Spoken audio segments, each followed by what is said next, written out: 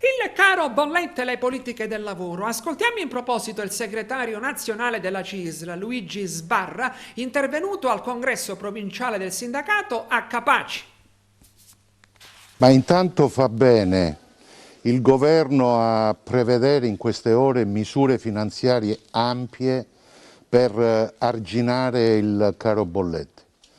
È un tema che noi abbiamo già sollevato in fase di approvazione della legge di stabilità per il 2022. Grazie alle nostre insistenze è nato un fondo in legge finanziaria di quasi 4 miliardi. Sono importanti ma insufficienti. Noi dovremo fronteggiare ancora per molti mesi una crisi che si annuncia anche lunga, pesante, soprattutto per famiglie, lavoratori dipendenti, pensionati e anche per il sistema delle imprese.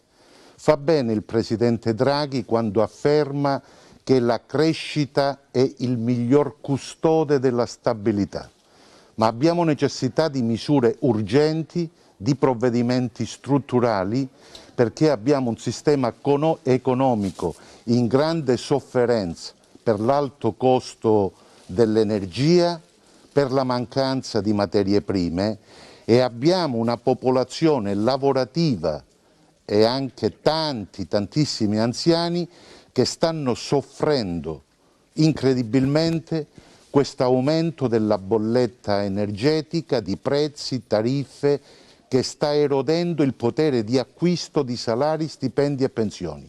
Ecco perché pensiamo che il governo deve affrettarsi nel mettere in campo provvedimenti e misure importanti. Tutto ciò deve essere inserito in un contesto e in un confronto più largo. Noi pensiamo sia giunto il tempo per discutere di politica dei redditi, di come sosteniamo le fasce deboli, di come riduciamo il peso della tassazione fiscale per i lavoratori dipendenti, per i pensionati, di come sosteniamo anche l'allargamento della contrattazione, specie quella di secondo livello, per alzare la produttività e in parte redistribuirla a favore di salari e stipendi, come detassiamo totalmente i premi di risultato, gli accordi di welfare aziendale. Quindi noi chiediamo al governo di aprire una vera fase di confronto per discutere di politica dei redditi e di come governiamo questa fiammata inflazionistica che taglia i redditi delle famiglie italiane.